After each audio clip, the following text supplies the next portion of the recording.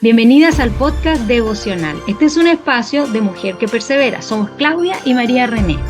Estamos escudriñando su palabra para aprender más y más de su gloria y vivir vidas que le reconocen y confían en Él. Bienvenidas. Salmo 91. El Salmo 91 es conocido como un salmo de confianza, que se escribió con el fin de alentar a todos aquellos creyentes de todas las épocas que pasan por distintas crisis en este mundo caído. Es un salmo que nos invita a refugiarnos en el único que verdaderamente puede protegernos de las tormentas más oscuras de la vida. El comienzo de este salmo es maravilloso porque el salmista se encarga de dejar en claro desde el principio por qué Dios es nuestro verdadero refugio. Y si te fijas, en los dos primeros versos, el salmista ocupa 4 nombres para referirse a Dios como un refugio confiable.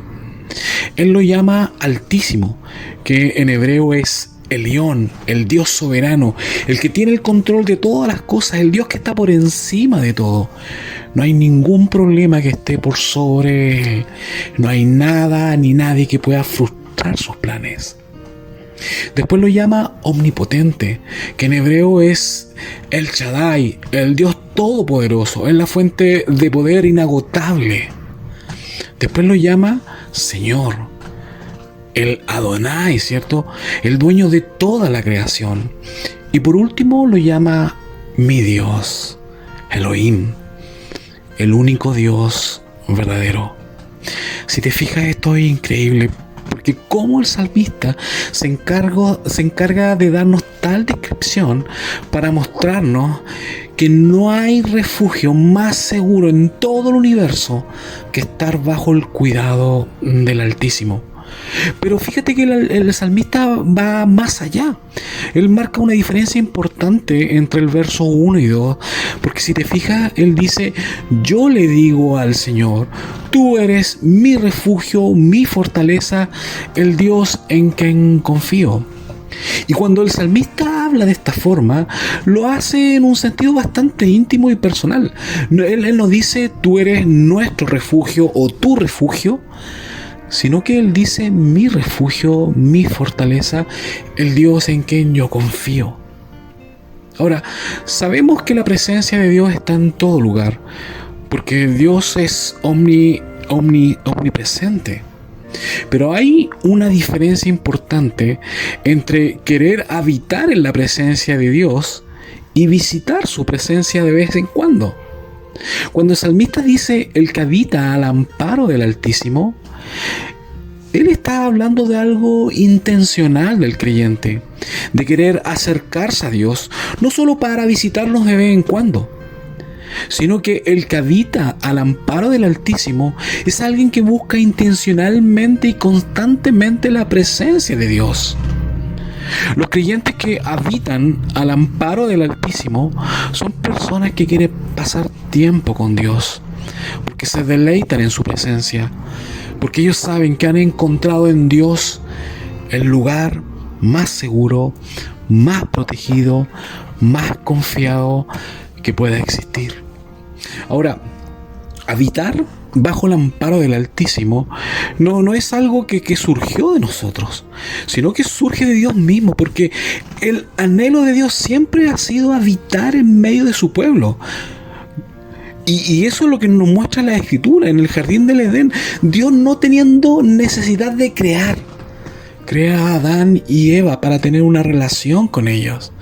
¿Qué pasa después? El hombre se rebela, se aleja de Dios, pero tiempo después, ¿cierto? Dios le da órdenes a Moisés para que construya un tabernáculo para nuevamente tener comunión con su pueblo. Cuando llegan a la tierra prometida, Dios ordena construir un templo para habitar, ¿cierto?, en medio de su pueblo y todo el mundo pueda ver la gloria de él. Cuando el templo es destruido, ¿cierto? ¿Qué es lo que pasa después? Viene el Mesías, el unigénito de Dios, para habitar en medio de su pueblo y tener comunión con ellos. Cuando Jesús anuncia su partida, le dice a sus discípulos: voy a tener que dejarlos, pero les voy a dejar el Espíritu Santo para que esté con ustedes. Y a través del Espíritu Santo, yo y mi Padre vamos a tener comunión con ustedes.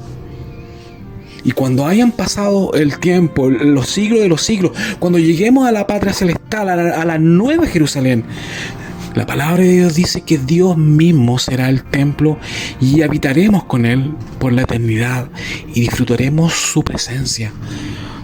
Porque el anhelo del Señor es siempre querer tener comunión con su pueblo escogido. Para eso nos creó, para disfrutar de su presencia y que nosotros nos podamos gozar en Él. Así que el Señor, por su gracia, ya ha decidido querer tener comunión contigo por la eternidad. Ahora, creo que es bueno preguntarnos, ¿cómo queremos vivir ante su presencia? ¿Queremos habitar en su presencia o visitarlo cuando le necesitemos? Porque si has hecho del Señor tu refugio, tu castillo, tu Dios y Señor, la Biblia dice que tenemos la certeza de Dios mismo, que su presencia nos acompañará en medio del peligro. Y fíjate que de los versos del 3 al 12, el salmista hace una descripción importante de cómo el Señor demuestra que Él es nuestro refugio. En el verso 4 Él habla que Él nos va a librar de las trampas del cazador. Él nos va a librar de la peste destructora. Incluso en el verso 7 dice: a tu izquierda caerán 1000 y a tu derecha caerán 10.000. Y después en el 10 dice: no te sobrevendrá ningún mal ni plaga alguna tocará tu casa. ¿A qué apunta el Señor con estas palabras o promesas de protección? Porque si yo tomo estas palabras literalmente, puedo pensar que si yo soy fiel al Señor no voy a sufrir mal alguno en esta vida. Y creo que si reflexionamos tiempo atrás, cuando llegó el coronavirus, muchos creyentes pensaron que Dios nos libraría de esta peste destructora, como dice el Salmo 91. Sin embargo, nos dimos cuenta que muchos creyentes fueron afectados por este virus y lamentablemente algunos fallecieron. Muchas iglesias cerraron para siempre y muchos creyentes quedaron tan debilitados en su fe que no volvieron a congregarse, porque aparentemente sus expectativas no fueron cumplidas. Y fíjate que cuando tus expectativas no son cumplidas, siempre Satanás estará detrás de nuestros oídos susurrando: Dios no es confiable. Yo recuerdo la historia que nos muestran los evangelios cuando Jesús fue tentado en el desierto por Satanás. Satanás ocupó la misma técnica que ha ocupado desde el principio. ¿Y cuál ha sido esa técnica? Tergiversar la palabra de Dios. ¿Y para qué la utiliza? Para hacernos dudar. Y eso es lo que quiso hacer con Jesús. Con que Dios ha dicho. Cuando Jesús fue llevado a la parte más alta del templo, Satanás citó el Salmo 91, pero de forma tergiversada. Y le dijo a Jesús: si eres el Hijo de Dios, lánzate de aquí. Porque dice el Salmo 91, en los versos 11 y 12, Él ordenará a sus ángeles que te protegen y te guarden. Después les dice a Jesús: convierte esas piedras en pan y cómetelas. Es increíble cómo Satanás manipula las escrituras. Y las manipula con el fin de que tú dudes de la palabra del Señor. Y en tiempos de aflicción, Satanás siempre va a usar la estrategia de la duda para que en algún momento lleguemos a cuestionar el amor de Dios. Hermanas, hermanos, si Dios permitiera que llegara una enfermedad a tu vida, si Dios te arrebatara a tu esposo, si Dios te arrebatara a tu esposa, a tus hijos, el Señor seguiría siendo suficiente para ti. ¿Seguiríamos amando al Señor de la misma forma? ¿O dudaríamos de su amor? Fíjate que vivimos en un mundo caído. Y es en este mundo tendremos aflicción, dice el Señor. Sea un creyente fuerte o débil. Pero sea lo que sea, fuerte o débil, Dios sigue siendo bueno. Y lo que Dios ha prometido es que no nos sobrevendrá ningún mal. ¿Y qué significa esto? Significa que esa prueba, esa enfermedad, esa aflicción, esa injusticia, esa discapacidad, no vienen a tu vida para tu mal, sino que Dios la ocupará para tu bien. Y hay muchas historias en la Biblia que hablan de esto. O sea, la que más me viene a la mente es la historia de José. Todas las cosas nos ayudan a bien. Después Pablo, ¿cierto?, habla de esto. Y no nos sobrevendrá mal, porque a la sombra de sus alas el mal no existe. No puede habitar ahí, porque las tinieblas retroceden donde habita la luz. Por eso el salmista dice con toda confianza en el verso 4, el Señor te cubrirá con sus alas y vivirás seguro bajo sus alas. Y esta imagen que habla el verso 4 es tan maravillosa, porque nos muestra una figura, ¿cierto?, de una madre ave, ¿cierto?, cubriendo y protegiendo a sus polluelos, ¿cierto? Y lo está protegiendo de toda la inclemencia, ¿cierto?, del tiempo, los depredadores. Y esta madre prefiere ser devorada y dar la vida por sus polluelos. Y esta imagen de esta madre protegiendo a sus polluelos es la misma imagen que vemos en la cruz del Calvario. Mientras nuestro Señor Jesucristo recibía la ira de Dios, esa ira que tú y yo merecíamos, nosotros bajo sus alas éramos protegidos para no ser fulminados. Mientras Él recibía toda la pestilencia, toda la inmundicia de mi pecado, nosotros bajo sus alas éramos revestidos de su justicia. Mientras Él era abandonado y devorado por sus enemigos, nosotros bajo sus alas éramos reconciliados con el Padre. Él dio la vida por sus polluelos, con el propósito precisamente de bajar al Seol y enfrentar a la muerte y vencerla, para que todo aquel que en Él cree, dice la palabra, no se pierda, sino que tenga vida eterna en Cristo Jesús. Los últimos versos del 14 al 16 nos hablan de la confirmación descrita por el mismo Señor, que Él es nuestro verdadero refugio. Y no sé si te acuerdas, durante la última noche en que Jesús estuvo con sus discípulos, ¿te acuerdas?